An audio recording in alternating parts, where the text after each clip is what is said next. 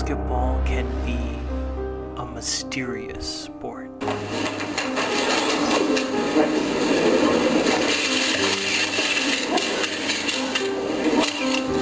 team whose logo is in this envelope will have the first pick in the NBA draft. Watch James.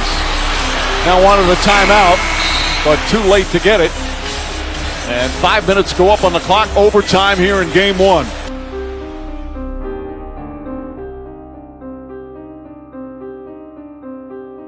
Will Giannis win a title in a Milwaukee Bucks uniform? It's hard for me to say that, Jay, considering how loaded the Lakers are. I don't know if you've been watching Taylor Horton Tucker over the last couple of days.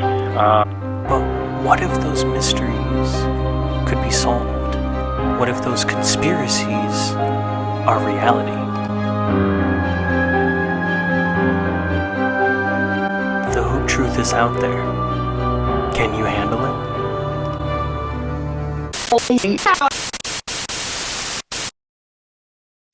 Welcome back to another episode, another week. It's another Monday. If that's a good news for you, happy. If it's not, if you're a working person, sorry about that. I went to work myself today. But there's always good news in the late spring and early summer in the NBA because it's playoff time. Welcome back to Hoop Truthers. Thank you for opening your third eye and joining us once again.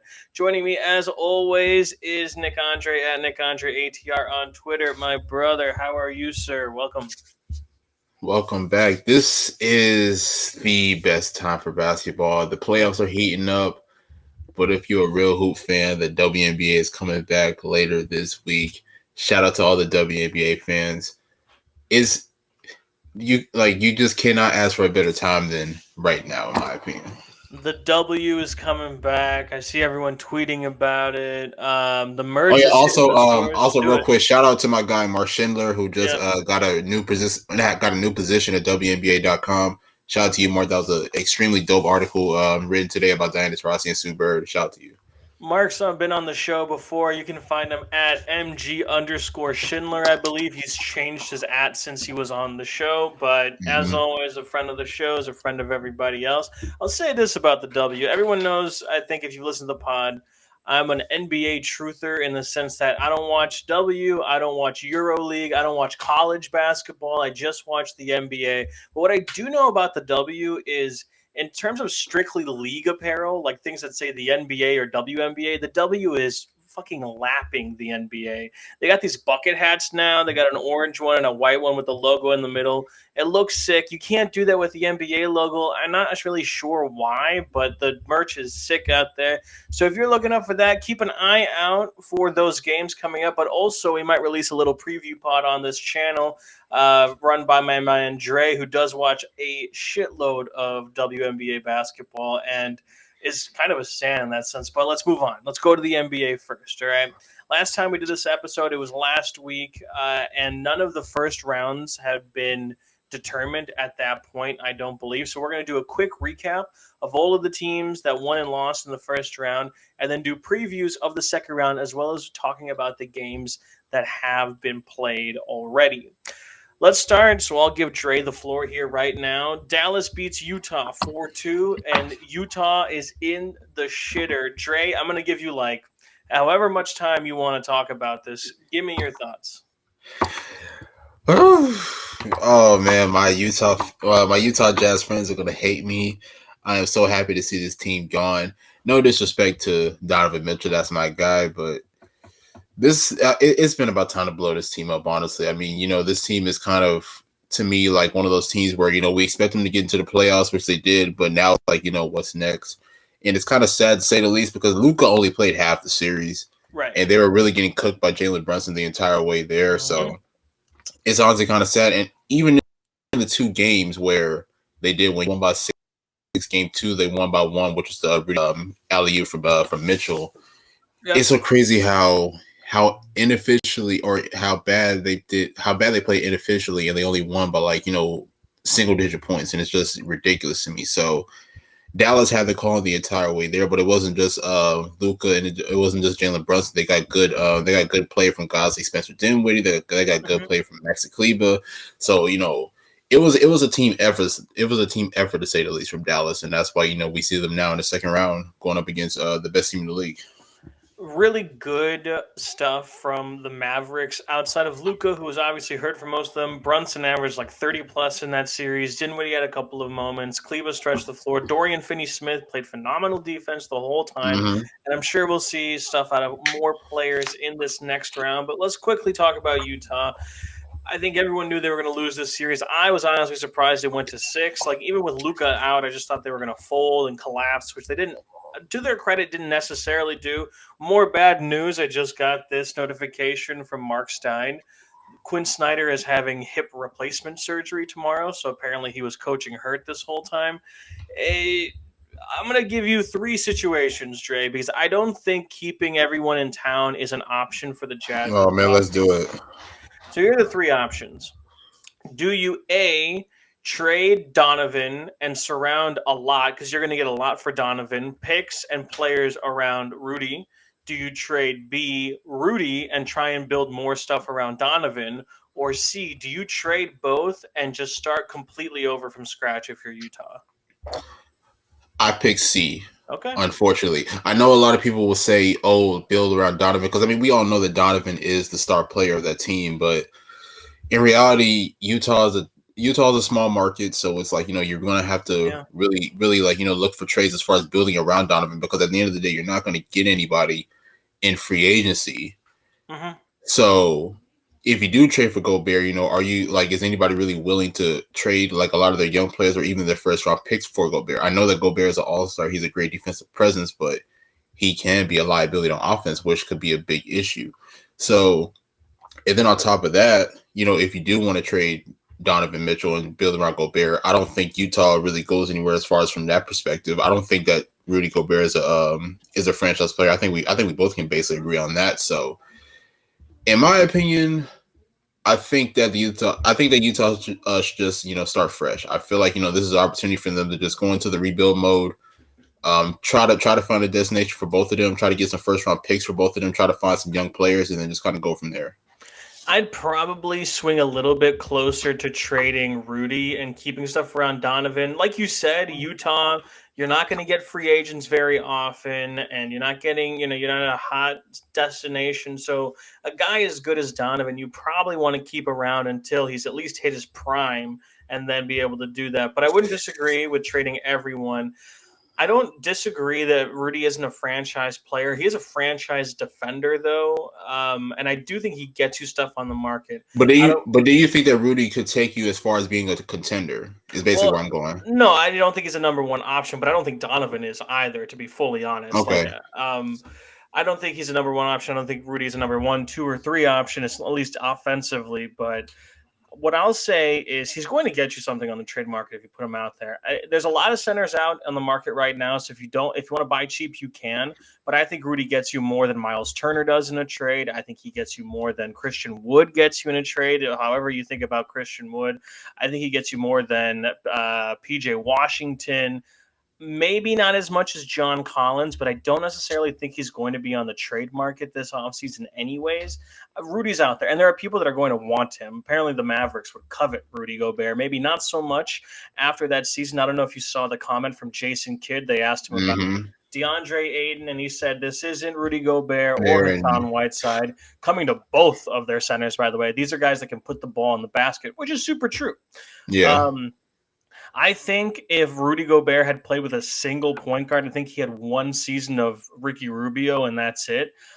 With a real point guard, he would have more points per game, because I think if you play with a guy like Chris Paul, he just creates points. I mean, let's be fucking real. I can see that. Let's be real. You think DeAndre Jordan's a fucking scoring option? No, Yeah, but in his not prime, even he close. was putting up like 18 to 20 a game because Chris Paul would just give him oops every single time. You put Rudy Gobert in that situation instead of DeAndre Jordan, they're probably a better team if we're fully honest. Rudy Gobert's a better defender than prime DeAndre Jordan was. And I think if you're getting passes from Chris Paul, you'd be able to finish, at least after a few seasons of Chris Paul.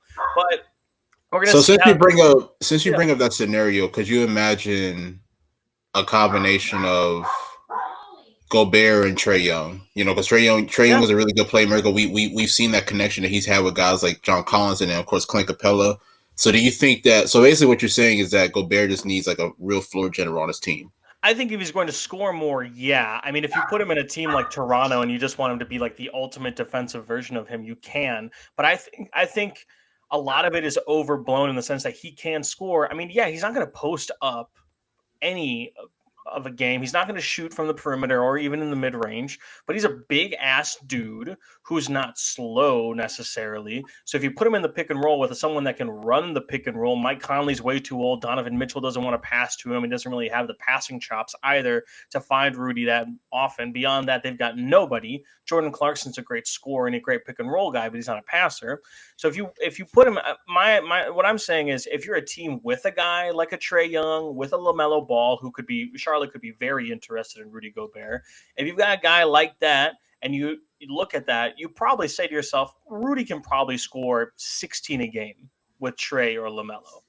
Now, that's not second option. That's not third option scoring, but it's not like 6 points in the playoffs like he's doing right now. You think Clint Capella in Houston with James Harden averages what was it, like 18, 19 without James Harden? No. So you got to put him around guys that can do that. And I think you can find that with Rudy. I don't think it's like the worst cause ever. DeAndre Ayton was solid, pretty good. And then when he got Chris Paul, he was very good. And I do think, to be fully honest, Ayton is better offensively than Rudy Gobert. That's pretty easy without question. I don't think Clint Capella is. I don't think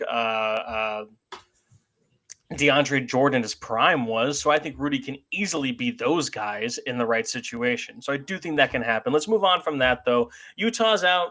Maybe Quinn Snyder's gone. Maybe Rudy and Donovan are gone. We're going to see, because I do believe big changes are coming. And we're going to talk about Dallas's next step in a while. But let's move on to the Eastern Conference. We'll talk about, I don't know, Miami beating Atlanta. That'll be quick.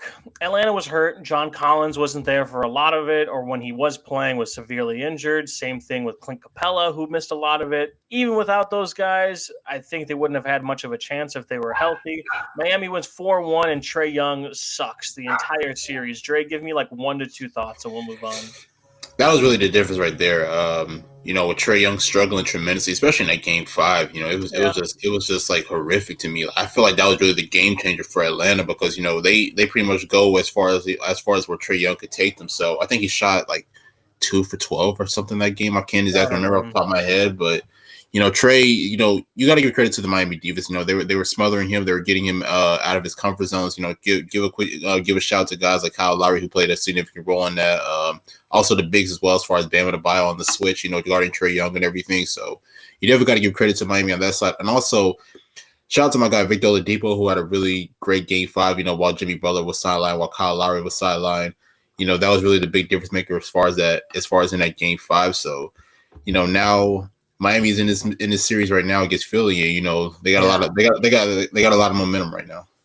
Yeah, Miami, it kind of has a cakewalk to the conference finals. We'll talk about why in a minute, but I'll be salty about it. But that's what you get when you win the number 1 seed in a conference. You should have the easiest path to the conference finals. Let's go back to the Western Conference, the 1-8 on that side. New Orleans, Phoenix. A lot of people on NBA Twitter and outside of it wanted to get really hipster with it, really cute, and say that the Pelicans were going to beat Phoenix, even if they had Devin Booker and shit like that. Phoenix wins in 6. It could have gone 7 very easily, and I think a lot of people wanted it to go see 7. I definitely did. Devin Booker returns sooner than expected, which I'm personally pretty worried about. It's a hamstring issue. Those are very easily re-aggravated. We saw just how much it destroyed James Harden playoff run last year, and it's hurt guys like Chris Paul and Blake Griffin in the past and other playoff runs. If he's 100% healthy and you guys brought him back, that's totally fine. But if you rushed him back, there's a chance that he gets injured again, and then he's out for the playoffs. So I really hope that he's healthy. Chris Paul was really annoying in this series. Again, if you don't want to hear anti-Chris Paul narrative, you're on the wrong podcast. His game 6 was phenomenal. It was. He didn't miss from the field. Great game. DeAndre Ayton really punished their size Jonas Valanciunas himself had a great series, but defensively couldn't stay in front of DeAndre Ayton. Mikal Bridges had his moments. Cam Johnson had his moments. The thing with New Orleans, let's talk about New Orleans for a second, is that they were playing without their best player, who is considered, like, when healthy, a top 20, if not 15 player in Zion Williamson. So this was like a really shocking thing, I think. And we saw the breakout of our boy, Brandon Ingram. Dre, give me one thought on the Pelicans, who they were eliminated, and Willie Green was very emotional about it, but they showed the world, that the NBA world at least, that something big is coming next if Zion is healthy. Oh yeah, definitely. The Pelicans are here, and let me just say this, man. Like, I know a lot of people got a little too carried away with the Brandon Ingram thing, but he definitely looked like a star in this series. You know, especially with this being his first ever playoff series to play. Like, this was just phenomenal. You know, he was really just doing a great job. He was just doing a great job of just setting the tone as far as scoring, dictating the offense, dictating the pace for the Pelicans. So you definitely have to give credit to him. And then, of course, the biggest story, or another big story for the Pelicans, was Jose Alvarado, who was just really being a pest against Chris Paul, and then of course providing scoring on the offensive end as well. Mm-hmm. So people can look at this and say, "Oh man, like the Pelicans took this in 6," but this wasn't an easy series for them Right. to say the least. It was a tough series, like throughout the entire way. I don't think that there was a double digit victory at all in this series, if I'm not mistaken. I think Game 4 was for the Pelicans, if I'm not mistaken. Let me take a look here. I can put the games right now.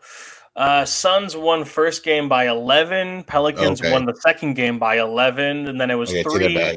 Oh, wow. Pelicans won game 4 by 15. I think that was the game. Yep. And then the Suns win game 5 by 15, and then it's 6 at the end there. So a few double-digit games there, but it was close. It definitely didn't seem like it. Right, yeah. A lot of those were close until like 5-6 minutes left in the fourth quarter, and then one team pulled away. Yeah. I don't think there's much. Yeah, go ahead. I'll be honest though, like I expected it to go 7 for a while. Yeah. I was expecting it to go 7, especially if Booker was going to be out for like an extended amount of the series. Yeah. I think him coming back in Game 6, even though he didn't play that well, but I just feel like it was kind of a big difference maker for the Suns, and that was why they were able to get the win, regardless of CP3 having that monster Game 6, shooting 14 or 14 from the field, which really carried them the way. But I think just having Ingram's presence on the floor was really what helped elevate Phoenix as far as getting that win. Yeah, really quick on New Orleans. Brandon Ingram, forget about the regular season for a second. In 16 games, you need to win 16 games to win the title, and then the playoffs. Having a guy that can 3-level scorer, but more importantly, take guys off the dribble and score in the mid-range is almost necessary to win a title. It's hard to have guys like that, but you guys got the 2 finals team last year both had 2. Or both had 1. I mean, you have multiple, but the guy that you had on either time was in Phoenix, you had Devin Booker, and in Milwaukee, you had Chris Middleton. You need guys like that to win in the playoffs because the mid-range becomes so important, and being able to hit contested 2-pointers becomes so important. Brandon Ingram showed that he's that. I mean, he's him. Let's be fucking honest. And not only that, but he's doing that at a height that's taller than a lot of guys can shoot at his height. And he was taking quote-unquote DPOY candidate Mikal Bridges for the fucking ringer the entire time. Beyond that, they've got a lot of talent. I'm not sure if Jonas Valanciunas fits with a team with Zion. Like, if you can stagger their minutes, sure. I don't know if you can start them together or finish with them together. I think you need a different center. Maybe Jackson Hayes fills that hole, who had himself an okay series when he wasn't getting tossed for reckless shit. Jose Alvarado, we'll see if he's a real player. I think this series and this season has been really fun for him. Really pesky defensive wide, can hit some open threes, not a lot, but some, and finish inside. But beyond Brandon and Zion, even with CJ, CJ had an okay series. And you see that the Pelicans still need a point guard. CJ's not a point guard, so they still need Alonzo. They still need a Drew next to CJ. The only guy next to Brandon and Zion that I'm like, this guy's untouchable is fucking Herb Jones, who I think was easily the best defender in the series, in a series that included Mikal Bridges, by the way. I think Herb Jones significantly outperformed Mikal on the defensive end. And he's guarding Chris, he's guarding Devin, their scores the whole time.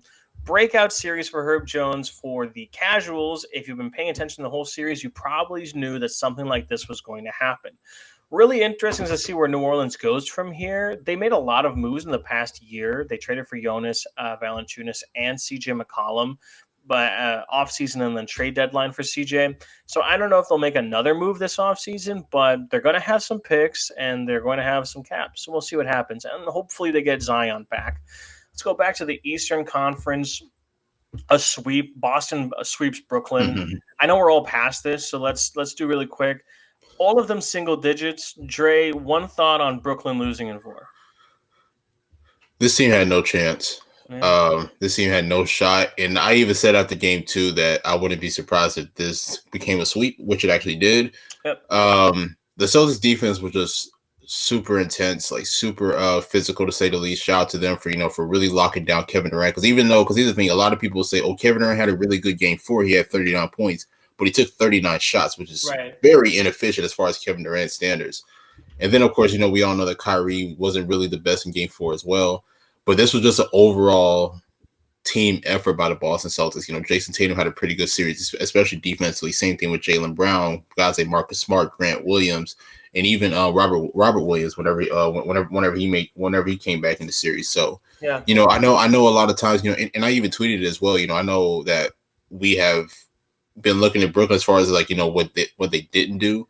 But I think we need to focus that shift to the Celtics side and look at how great they were, and as far as how they earned that series win, because it definitely wasn't a fluke.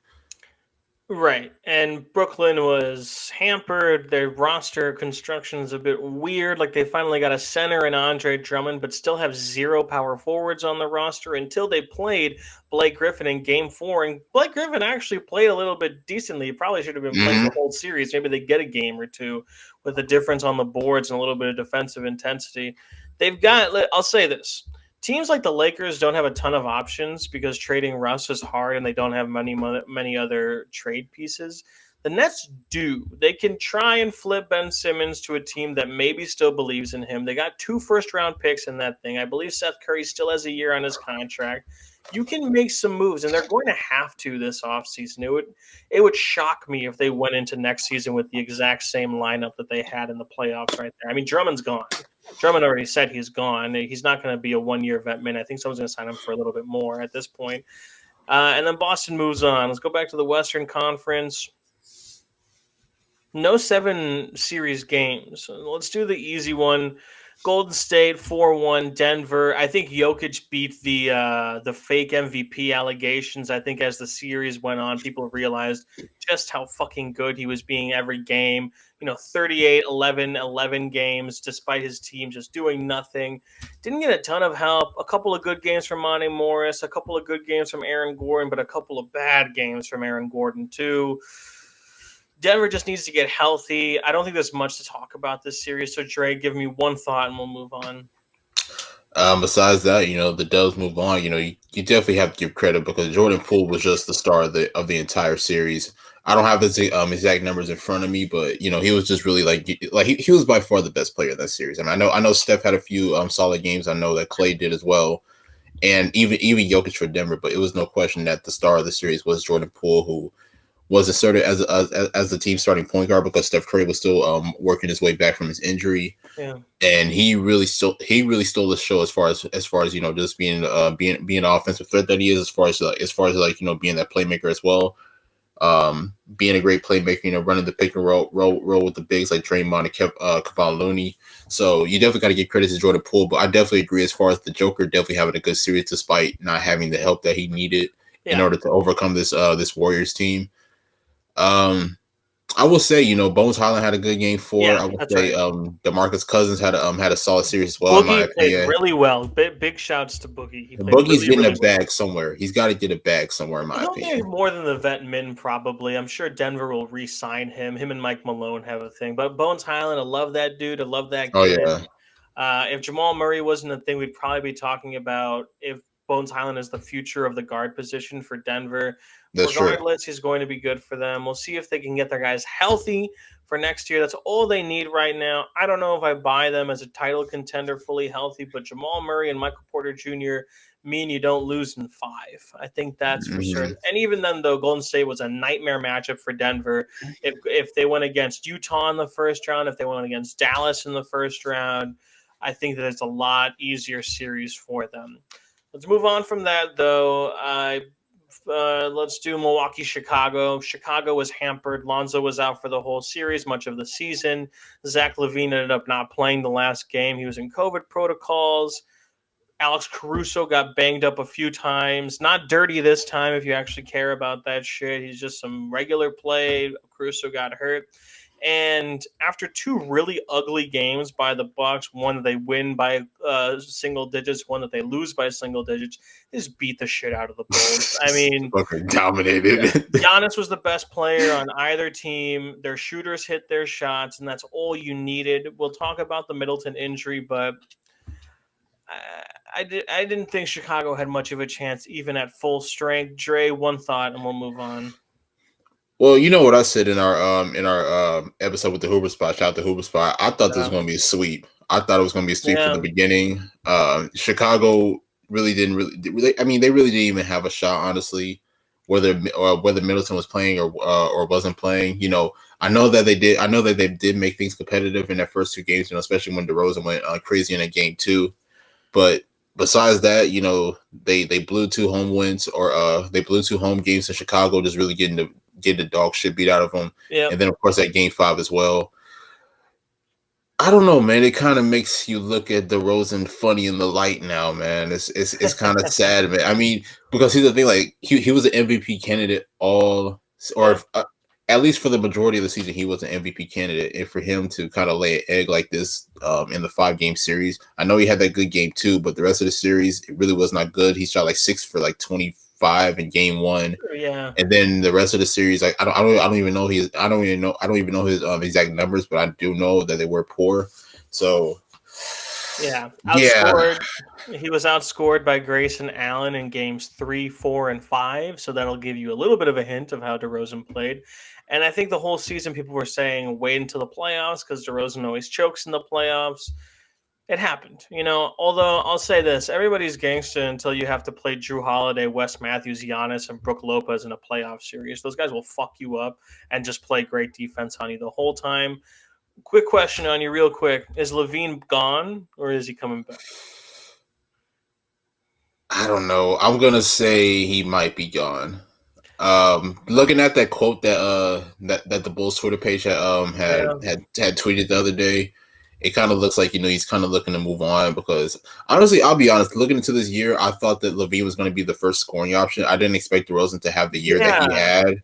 So maybe that might play a role in it, considering that, you know, LaVine didn't really get a lot of, like, you know, offensive plays possibly ran for him or whatever. So I don't know. I mean, you saw, you know, the San Antonio rumors. I think that could be a possible good destination, him alongside DeJounte Murray in the backcourt. So you never know. He's an unrestricted free agent, and he's one of the only, like, big unrestricted free agents this year. So there's going to be a bidding war.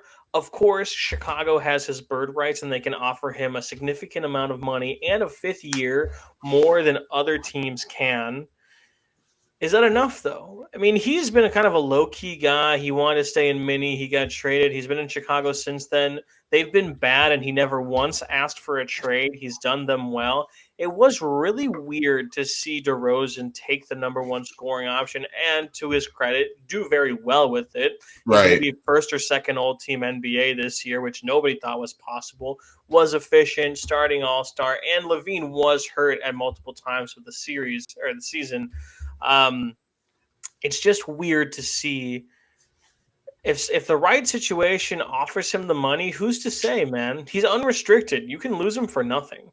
We'll see. The San Antonio thing is super interesting to me because him and DeJounte as a backcourt is phenomenal in my opinion. I still think you need like a 3rd star in that situation to be a real contender. But the Spurs make the playoffs in that situation. You still got Calvin Johnson, Devin Vassell. Jakob Poeltl is a really good starting center for that type of squad. Could use a 4. We'll see if that comes in one way or another. Another rumor I've heard is Atlanta. I don't know about pairing him and Trey, but if you want to load up I'm not too big of a fan of that. Yeah, personally. I'm not massive, but I've seen it. And if you can get a guy of that caliber, maybe you just try it. Who knows? But let's move on. Last series in the Western Conference, Memphis, Minnesota, two of the dumbest teams we've ever seen in the playoffs going at each other. And that seems mean. I mean it more so in the sense they're both young. None of those dudes have been in the playoffs before. Ja and Cat, the best players on both teams, have been in one playoff series where they both lost in 5, I believe. Kyle Anderson has some experience in the playoffs. Steven Adams, who didn't play almost at all this series. And most of the guys on the Tims didn't have. And at the end, Memphis wins in 6. Honestly, Minnesota could have won this in 5 if they were even a little bit composed. Easily 6. Should have gone to 7, but Minnesota can't hold on to a lead. Really sucks to see. Kind of sucked to see Cat be like a really bad playoff player, but I don't know. Dre, what are your initial thoughts on that series going 6 and Memphis winning? Both of these teams are super young, inexperienced, and even the coaches per se. I mean, I know this is probably Taylor Jenkins' second playoffs as well, alongside the young guys as well. So yeah, I mean, from both sides, this was just both teams just really trying to get a feel for the postseason. I mean, don't get me wrong. I mean, there were definitely a lot of exciting moments to say the least. Especially from Memphis's perspective. But I definitely agree with you. Like Minnesota having those double-digit leads in the fourth quarter and then blowing them, particularly obviously in Game 3 when they blew like a 25-point lead. 2 25-point leads, yeah. Yeah, sure. And then in Game 5 as well, where they were up, I believe, like 13 points as well in the fourth quarter. And then, of course, watching Memphis make that comeback. In my opinion, considering how bad – here's the thing. Like I was going for Memphis to win this series anyway, but it really could have been Minnesota to say the least, because when you look at how horrible John Morant played – because, I mean, let's be honest, John Morant didn't really play that well in this series whatsoever. So you really had to rely on guys like Desmond Bane. Even Dillon Brooks was okay, but I'm not gonna say he was the best. Jaren Jackson Jr. was in foul trouble damn near the entire series. The whole series. So when you look at it from those perspectives and those circumstances, and you watch how Minnesota's really just dominate for the majority of the game, you would have expected them to take this in at least 5-6 games. But like I said, this is just a representation of both teams just being super young, inexperienced, and that's why now we see Memphis moving on have moved on to the second round. Yeah, and it was a bad matchup for Memphis, mainly because they had the defenders to throw at Ja. Not necessarily rim protection, but guys like Jared Vanderbilt and Jaden McDaniels did a really good effort at the rim. And that's what we've got for the first round. We're at 30 minutes in. This is going to be shorter than the other episodes that we've done, but we've got 4 matchups, 8 teams to talk about. So with 30 minutes on the clock, we can take our time. Let's start with the boring one, the game that's going on right now. Miami, Philadelphia. I'll tell you why it's boring. Joel Embiid, who is already dealing with a torn thumb ligament, which isn't fun to play through, I imagine, is now dealing with a concussion and an orbital break around his eye from an elbow he took from Pascal Siakam in their Game 6 win in Toronto. Yes, the Toronto crowd cheered when he got hurt, just like they cheered when Kevin Durant got hurt. And yes, the Raptors announcers were saying, like, good job when they saw that Pascal elbow. Fucking idiots. Really fucking sucked to see, but Embiid is out. There's optimism that he is going to play in Game 3, but we need to see if they're going to be able to make it that far. And even at that point, does a severely hampered Embiid help you win a game, let alone a series? On Miami's side, they're dealing with some injuries, but not as serious. Kyle Lowry is still out with a hamstring issue. That's another hamstring issue that we're worried about in the playoffs. But Jimmy, who missed some games, is healthy, played solid today. Bam is healthy. PJ's healthy. Tyler's healthy. And they just beat the Sixers 106-92. It got close to 20 in that fourth quarter. Philly is just playing with nobody right now, but I've got Miami in 5. What about you, Dre? I want to say this here, though, because I initially said that if Joel Embiid is going to be out for this entire series, it's going to be a sweep. Yeah. But if he does come back in Game 3 or whenever, they could possibly win a game. So if he doesn't play, I'll say it's a sweep. If he does play, I'll say they lose at 5. I don't think Philly is good enough or even fit enough to win without Embiid. I mean, and even with Embiid, I don't think that they are a match for Miami, especially, when guys like Tyler Hero's having a solid game, when Bam Adebayo was having a double performance. Same thing with Jimmy Butler as well. And then, of course, I don't know the timetable on Kyle Lowry's return, but if he comes back in the middle of the series, then yeah, I mean, that definitely gives them an advantage as well. So it sucks for Philly. Well, actually, from a perspective, it sucks because, I want to see Joel Embiid go far in the playoffs, but then again, I think a lot of us love to see Doc Rivers, fail at certain points. I think we all expected him to blow that 3-0 lead against Toronto, but unfortunately, it never happened. But yeah, in my opinion, Philly's no match for Miami in this series. Yeah, and I don't think it necessarily means that much about Miami being great either. I just think that Embiid, if he was playing, they don't have a ton of answers for him. Bam Adebayo is a great defensive center, but he's not big. And Embiid is massive. So he was going to get some. He was going to get some of his if he was healthy. The thing is, Harden, let's look at the fucking numbers tonight. James Harden. I think he had like 16. Yep. Yeah, 16 points, 5 for 13, which is pretty terrible. 2 for 7 from 3, pretty bad. 9 rebounds, 5 assists, and an overall -8 in a game they lost by 14, which honestly, compared to, Maxey was a -25. DeAndre Jordan, who started the game, Doc Rivers deserves to get swept if he's going to start DeAndre Jordan. That's just fucking malpractice. -22 in 17 minutes. You could have started a guy like Paul Reed in a starting lineup. Paul Reed, who was playing well, but I think he had 5 fouls in only 13 minutes, so that wasn't working. Charles Bassey was healthy, but he only got 5 minutes. They just don't have the bodies right now. But Harden's not if this was, I would argue that Harden, if he were healthy, is the best offensive player, minus Embiid, of course, in the series. Oh, yeah, he's better than Jimmy Butler. He's better than Tyler Hero offensively. Without question. But he's just not him right now. He's injured, he's old, he's out of shape, and he doesn't seem like he gives that much of a shit either.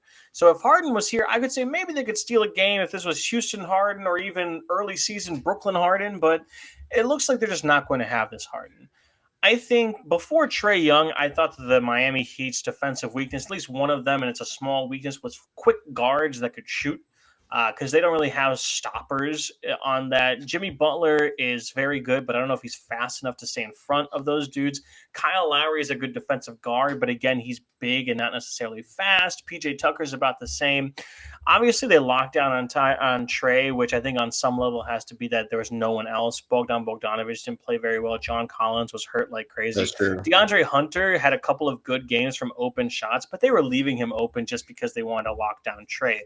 In Philly, I was hoping that Maxey would be able to do that. I don't know if you remember, Dre, but towards the end of the regular season, no Embiid, no James Harden. Oh, yep, I remember. Yep, Tyrese Maxey had that solid game. Yeah, the Sixers beat Miami, a fully healthy Miami, with Kyle, Jimmy, Bam, PJ, beat them by themselves, and Tyler Maxey has like 30-something to do with that. Maybe that game happens in Philly. The first 2 games are in Miami, obviously, with seeding, but I think his quickness can get past Miami, but that's only if he's a second or third option. That was going to happen as an effect of people doubling Embiid or crowding Harden at the basket. And if those things aren't there, they can just say, all right, bet. We're just going to guard the shit out of you, Tyrese Maxey. And today, 6 of 15, 1 for 6 from 3, -25 in 35 minutes. Just sucks. They got no one off the bench that can do this. Miami in 5. And honestly, even if Miami wins in 5, I wouldn't be surprised if Miami lost pretty quickly in the conference finals to either Boston or Milwaukee. I think Miami is a good team. I think they would have lost in the first or second round with a good team as well. They haven't played good teams. They played a hobbled Hawks team that was barely a playoff team as it is, and they're playing a hobbled Philadelphia team that's missing an MVP candidate. Mm-hmm. So even though they're going to walk their way to the conference finals, I don't think it's because they're that special of a team by any means. Let's go to the Western Conference, to the only game that has not been played yet in the second round. It's going to be starting in about a few minutes now. I'm going to watch it once this pod is over. Phoenix, Dallas, really interesting matchup. I think it's probably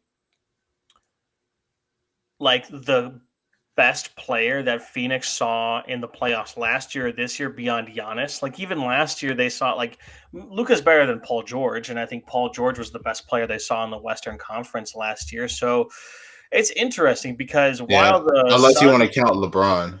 I don't know. yeah, I mean, you'd want to, but I don't know Yeah, how healthy he was. right. On one end, you've got the Phoenix Suns, who are a exemplary example of team basketball. Chris Paul is the point guard. Devin Booker has bought into team basketball, and the rest of those guys can pass the ball around until they find the right shot. An open three, a layup, a dunk. They're going to get the open shot. And on the other end, you've got the Dallas Mavericks, who have a sun in their solar system, and Luka Doncic, who does everything. He sets up the offense, he scores, he doesn't play much defense, but he is their team. It's very different styles of play, and I really don't know what to make of it. I think conventional wisdom would say that, well, if they can stop Luka, they can stop the team, and Phoenix should win, but I'm not so sure. Dre, how are you feeling about this series now that we're going to see what happens in a few minutes now? So this is going to come down to some really good coaching, and both Monty Williams and Jason Kidd have proven that they are really solid coaches, to say the least. At least so far in these playoffs. Right. But I'm going to take the Suns in 6. Okay. You know, I know that Dallas is coming off of a really surprising series. I'm sure, like, you know, I know that people like us expected them to win, but I know a lot of people were actually rooting for Utah to actually take that series. But I think, you know, to me, it all depends. You know, if Devin Booker is healthy in this series, then, you know, him with the combination of CP, DeAndre Ayton, Mikal Bridges, and the rest of these guys, I feel like they'll be able to overmatch Dallas. Mm-hmm. But then again, you never know, because here's the thing: Jalen Brunson for Dallas can still play the way that he played in that Utah series, which would definitely be a great compliment alongside Luka. So it can really go either way, honestly. So it might come down to, you know, like other great production as far as, like, you know, role players just really stepping up. So, and obviously, you know, when you look at both rosters, obviously Phoenix has a better supporting cast than Dallas. So, in my opinion, it'll be Suns in 6, but I feel like Dallas will really make it competitive.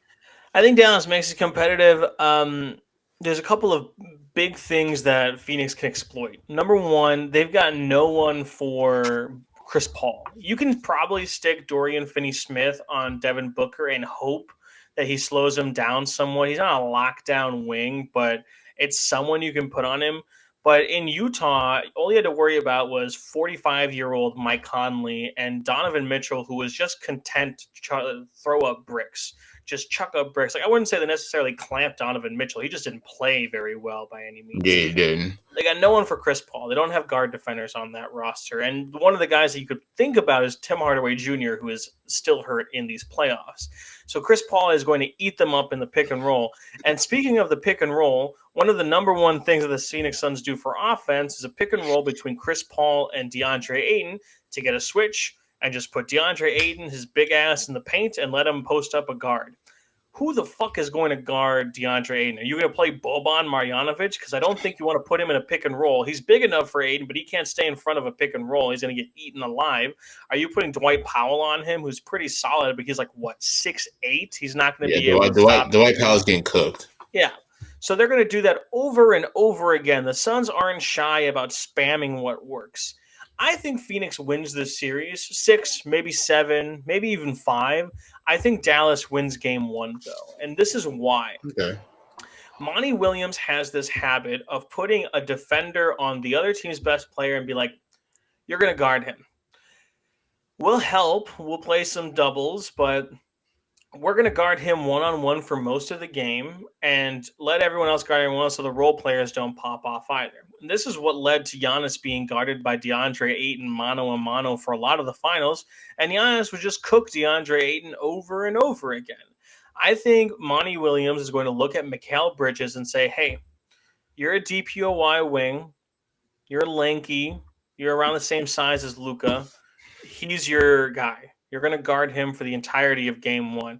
And you know what? Luka's going to cook Mikal Bridges. Bridges is getting a little bit exposed. Now, I'm not saying he's not a good defender. He is. But I if don't you know got about cooked. I definitely think Luca would have the advantage, but I feel like Mikal will probably be able to step up to the challenge on a few possessions. Mikal just got cooked by Brandon Ingram in the first round. You think Luka's not going to do the Sure. same thing? I mean, listen, let's be fully honest here, all right? This series alone, this would be 3. Mikal Bridges has been cooked for 2 straight playoff series. He got cooked by Chris Middleton in the finals. Oh yeah, definitely. And he got cooked by Brandon Ingram in the first round. I'm not saying he's a bad defender. Brandon Ingram and Chris Middleton are 2 of the toughest shot makers in the mid-range, and they're taller. If you have a guy who's taller than you that can shoot, he's going to shoot over you. It doesn't matter how good of a defender you are. So Luka is just going to shoot over Mikal, and he's going to bully him in the post. I think that Mikal is up to snuff. I would love to have him on my team. I would trade for him. I would trade a shitload for him to be my second or third option, especially defensively. I just don't think he's this. He's not fucking Kawhi. He's not even Paul George, I don't think. Oh no. Without question. I think that's been overblown. Like, he's not this top 3 DPOY candidate because you're going to see him for the 3rd straight playoff series. If you're bigger than him, he can't guard you one-on-one. And Luka's going to – Luka bullies – fucking Luka bullied both a healthy Kawhi and Paul George last year in the first round of the playoffs. He's going to cook. Throw Mikal. I promise if you throw Jay Crowder on him, he's going to get hurt just trying to guard Doncic. So that's why I think Dallas is going to win game 1, simply because Monty is going to stubbornly put Mikal on Luka for the entirety of game 1, and Luka's going to have his way with him. I really do believe that. So you've got Phoenix in 6. I'll say Phoenix in 6 too. Fuck it. But I think Dallas wins game 1. Let's go to the Western Conference game from last night. Golden State, Memphis. This is an entirely different matchup for both teams. Golden State was dealing with a team with no perimeter defense and a big man that could do a lot but not defend the pick and roll in Jokic and the Nuggets. And Memphis is going to a fast, young team with good shooting, but also some really staunch defense. And it's different matchups for both of them, some rim protection too. And you saw the differences in the matchup last night. Golden State eventually wins by like 2 or 3, mainly off of a Klay Thompson. Big shout out Klay Thompson. They won by a point. Go ahead 3. They were down 2. He hits the 3 and he wins that. John Morant gets a shot at the buzzer after some really weird officiating all throughout that game, by the way, and misses it at the buzzer. Dre, what were your initial thoughts from that game? I'm assuming you watched it. I actually didn't watch it. I didn't have time to watch it, but I definitely did go back and watch the game. But the one thing that I will say is that when Golden State loses like such an important player like Draymond Green in the first half, it definitely could change the dynamic of everything, to say the least. But also, the one thing I will say from Memphis' side, this is definitely a different series, and I feel like you can tell, like, with Golden State going smaller, it opens up so many other opportunities. Like for example, like, for Ja just being able to get to the cup and just being able to score efficiently at the rim compared to what he did, during the entire series in Minnesota, just being able to deal with guys like Cat and other guys, being able to just clogging up the paint. So the one thing about Memphis is that Memphis is going to make this super competitive. Honestly, in my opinion, Golden State is going to win in 5. So obviously they have a win now. I feel like Memphis will probably get game 2 just because, what I'm saying, like, it's home court advantage. The game 2's back on their home floor. Yeah. But it's definitely going to be a tough 5 games, to say the least. I don't think Memphis is going to back down. I feel like Memphis is definitely going to give a fight. But at the end of the day, Memphis is still a young team, still looking to figure things out, while Golden State is, of course, champions, and they've been in these situations multiple times. The biggest difference is that Memphis can poke at Golden State's weaknesses way more than the Nuggets could. And maybe that doesn't win them this series, but it will show the other teams that Golden State goes against in the playoffs a blueprint on how to beat them. Namely, 2 things: rim pressure and rim protection, and pick and roll protection more so than the rim protection. Rim pressure, I would say there was no one getting downhill to the rim at all on Denver's team. Monte Morris did it a few times. Will Barton should have been able to do it the whole series, but he looked out of sorts for the entirety of that series. And Memphis has, I think, the only guard to lead the league in scoring in the paint ever, in John Morant, who is going to get to the rim. He's going to finish at the rim, and he's going to get there at will. Golden State doesn't have the perimeter defenders for Ja. They tried Kuminga on him, and he got cooked immediately. At the end of the first half, Ja hits a floater at the buzzer and screams at Kuminga, "He can't guard me," which is a true statement.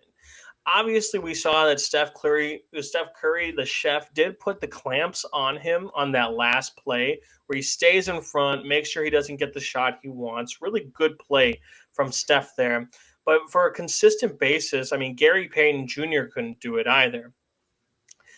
And they don't have rim protection. The way that the Utah Jazz defense works is that nobody can stay in front of guys that go to the rim, but they never score at the rim because Rudy is sending it away every single time.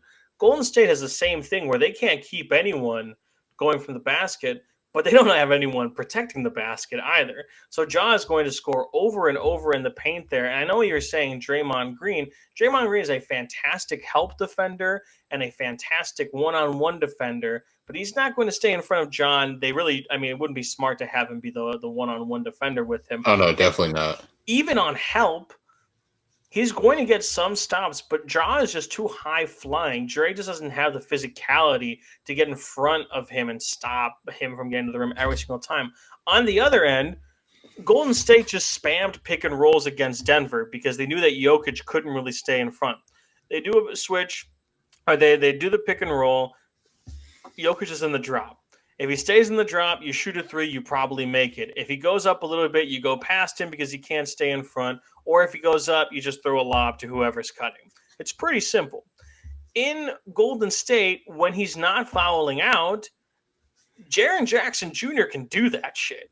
I mean, he's a legit DPOY candidate without the foul issue. Without question. He can play elite drop like Brook Lopez. He can switch. That man was switching greatly. He can stay in front. He can block shots. He blocked a whole lot of shots. I mean, the dude played like 15 minutes a game in the first round because he couldn't stay on the fucking court and still leads the playoffs in blocks per game or total blocks even.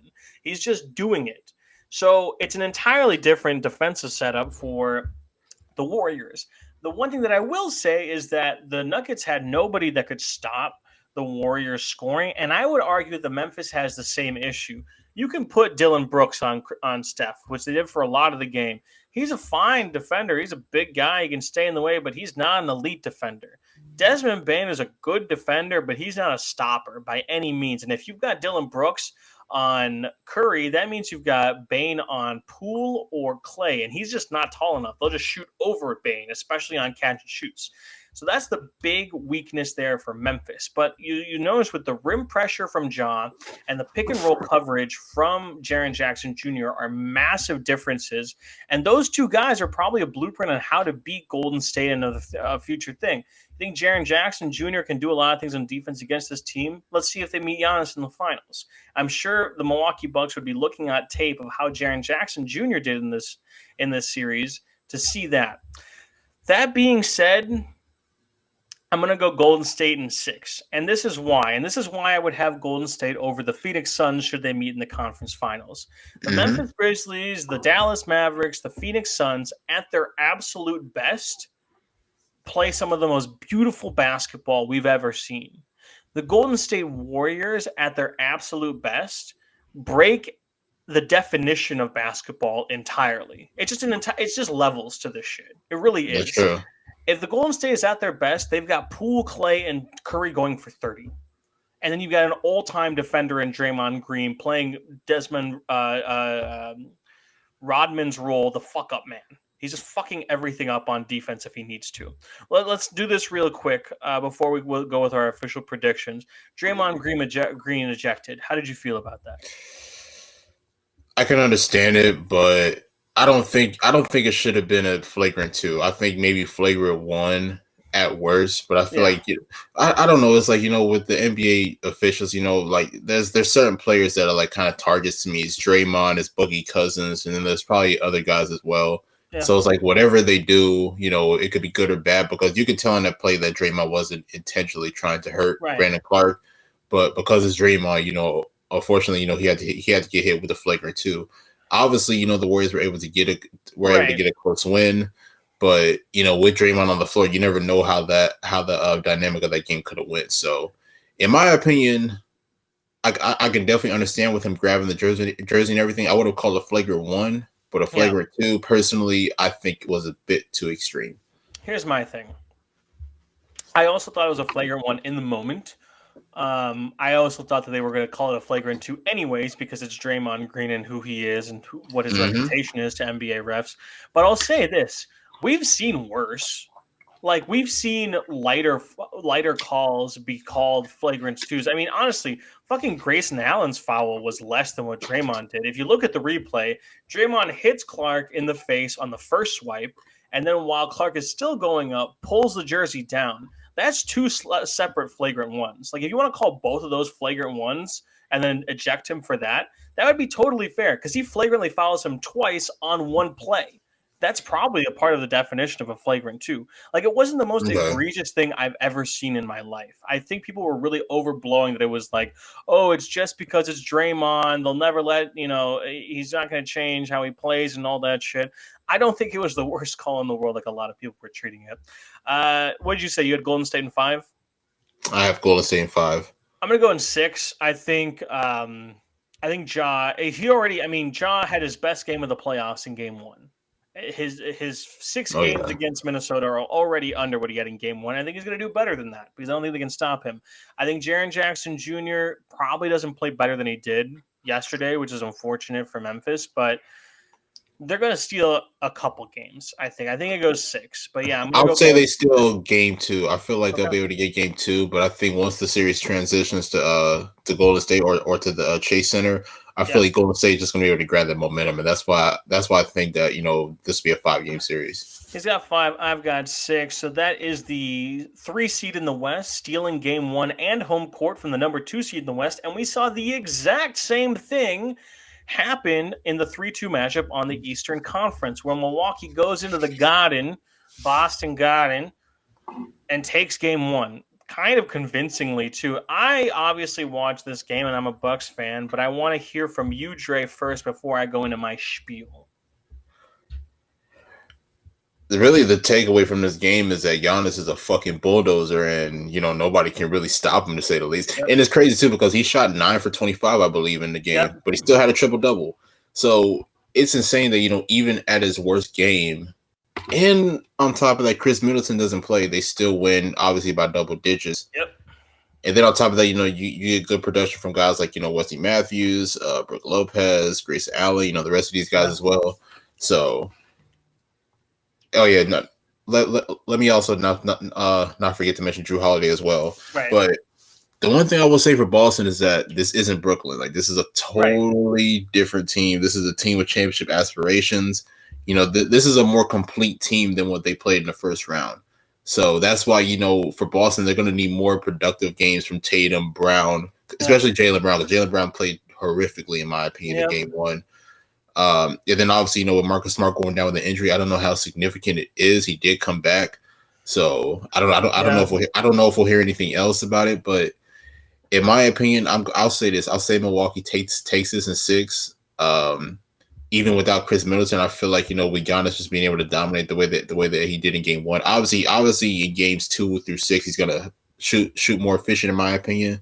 Yeah. So when you have that with a combination of Brook Lopez being able to space the floor, be that rim protector, and then other guys just being great help defenders and whatnot, I feel like Milwaukee's definitely going to take this series.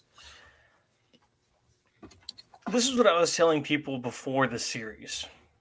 I do believe that the Boston defense is legit, and we saw it yesterday. Hey, they won by double digits, so the Bucks still only scored 109. That's not a shitload of points, and while they did score on a lot of trips, like you said, Giannis was 9 for 25. He didn't struggle this game, but he didn't shoot well, and that was a big byproduct of the Celtics defense being as legit as we thought it was.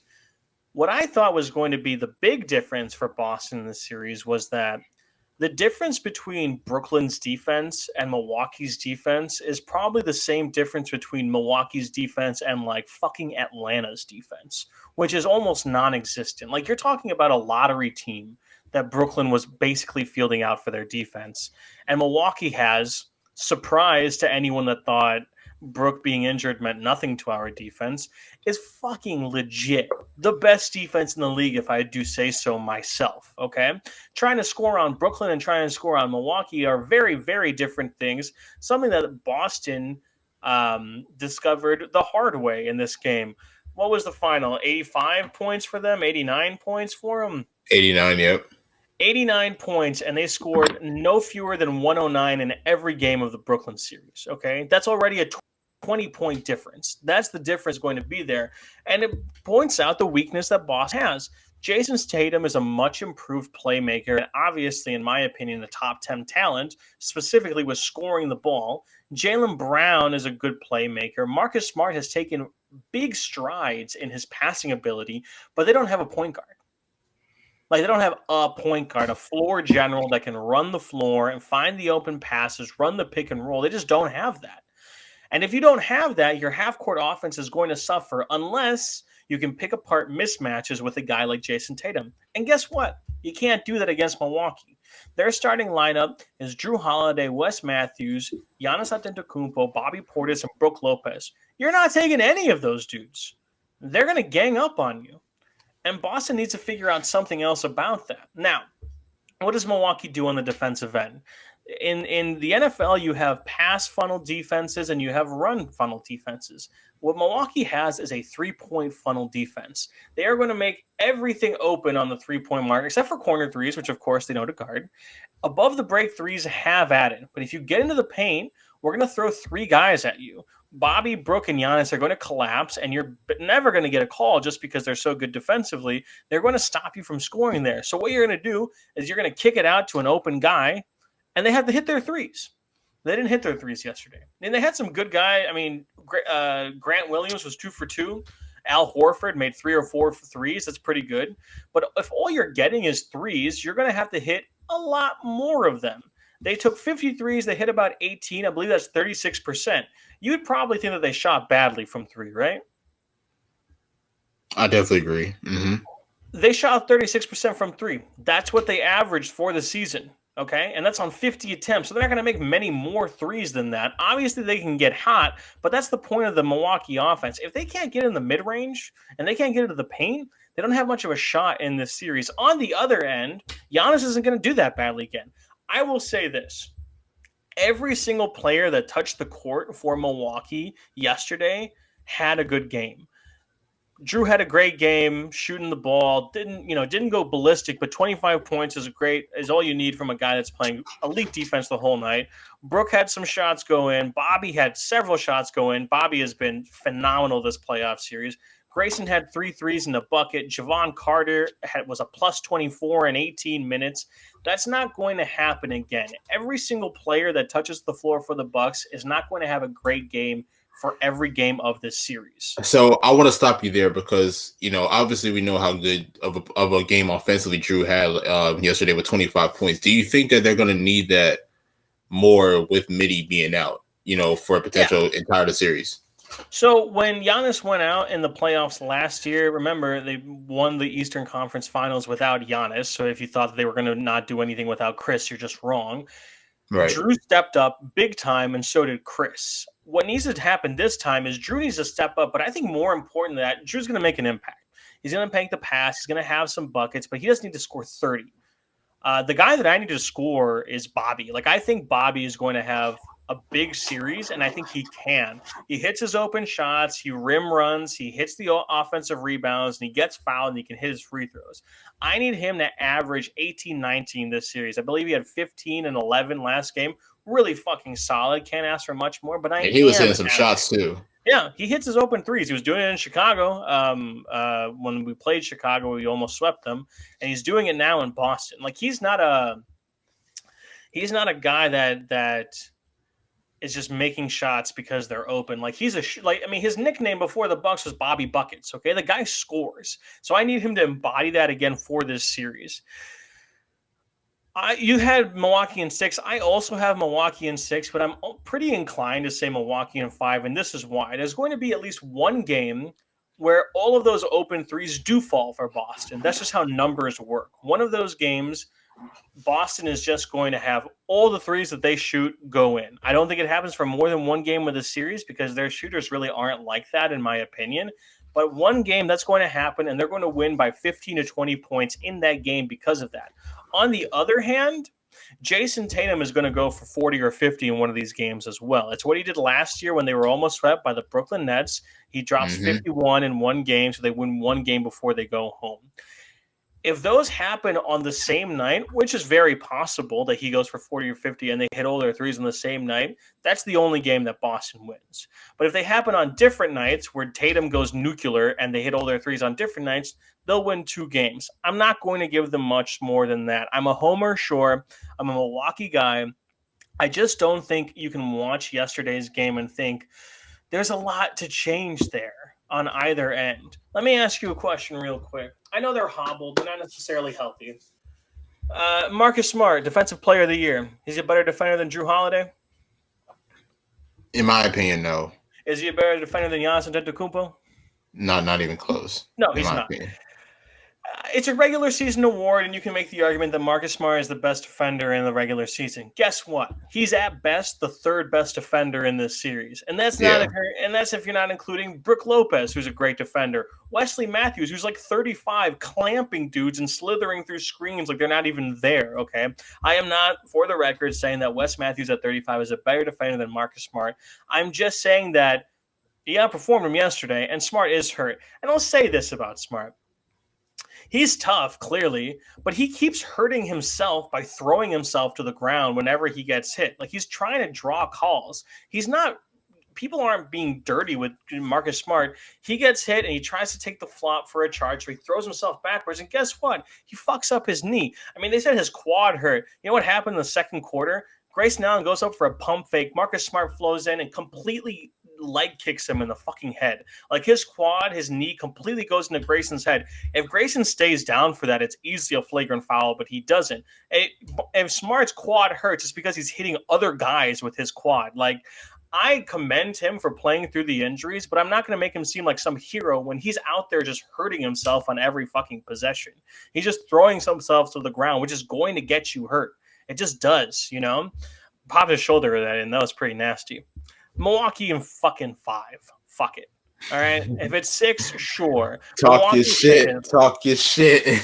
Everyone wanted to say that Boston is the best defense since the Jordan Bulls after they beat this team that had 2 players, and that their offense is phenomenal because Jason Tatum's a top 10 player. He is, but guess what? Now he's going to play against actual defenders. He's going from the best defender on the floor being Bruce Brown to seeing Wes Matthews, Drew Holiday, Giannis, Bobby, Brook on a consistent basis. Not to mention Javon Carter, who played really well defensively. Grayson Allen, who had a couple of steals. Pat Connaughton, who played really good defense. Like, you're playing almost every guy on this team is a good defender. And you guys thought that you were just going to sleepwalk your way to the conference finals. It's mind-boggling to me. Just because you locked up Kevin Durant, who's a great fucking player, but had no help whatsoever, no three-point shooters beyond Seth and Kyrie that could stay on the floor. And look at this. It's just business as usual for the Bucks. They weren't celebrating. They weren't going crazy. Even when Giannis did the fucking self alley-oop, which, by the way, play of the fucking playoffs so far, in my opinion, turns, throws it off the glass, and dunks it. He Kawhis it. He comes down, no emotion. Giannis in the regular season probably does some shit, but it's just business as usual. They're going in, and they're taking what's theirs. They're not playing with their food. It's really cool to see. And I expect them to do the same thing against the Miami Heat in the next round. We're at an hour 7, a little bit longer than I expected. So let's go with our official predictions for the end of this. Philly, Miami. I've got Miami in 5. You've got Miami in 5 or a sweep, right? Yeah, if Embiid is not playing, it's going to be a sweep. Right, if Embiid comes back game 3 or whatever, they probably get a game. Phoenix and Dallas, we both have Phoenix in 6, correct? Phoenix in 6, yep. Golden State and Memphis, you've got Golden State in 5. I've got Golden State in 6. And then in Milwaukee, I've got them in 5. You've got them in 6. We're pretty consistent on who we think is going to win. And I don't think it's because we're on the same wavelength. I just don't think a lot of people are picking the other teams either. If Memphis beats Golden State, am I going to be the most surprised I've ever been? Probably not. I just don't really see it happening. If Dallas I beats definitely would. Yeah. If Dallas beats Phoenix, I wouldn't be surprised personally. I just don't think that they have the overall team structure to do it. Philly's not beating Miami, and I really don't think Boston's going to beat Milwaukee. I know it's been one game, and tomorrow might change that entirely. But that's what we've got here. Any last thoughts? Any other NBA stuff? Anything you want to plug, Dre, before we head on out tonight? Trying to think. I don't think there's any other NBA topics that have been really hot right now. All right, I am going to leave you on this. I'll leave you on a quote, but first, make sure to follow us at Hoop Truther Pod on Twitter. Definitely. Give Dre a follow at Nick Andre ATR on Twitter. He's got a ton of content coming out, other podcasts that he's on, articles he's writing out. I'm sure he's going to be pumping out the W content really fucking soon. Watch it this year if you haven't. I'm definitely going to try and watch more games this year than I did last year, especially once the NBA does end in about a month or two. Yeah. Give me a follow if you want to. It's at _Lucifer. That's Lucifer with a G if you care. Thank you for opening your third eye once again and joining the Hoop Truther Pod. We'll be back next week with a new episode. But before then, I'll leave you with some wise words from Doc Rivers after today's game. Oh, jeez. We like DJ, as in DeAndre Jordan. We're going to keep starting him, whether you like it or not. Heat and 4, baby. Heat and 4. We'll catch you next week. Deuces. Dude.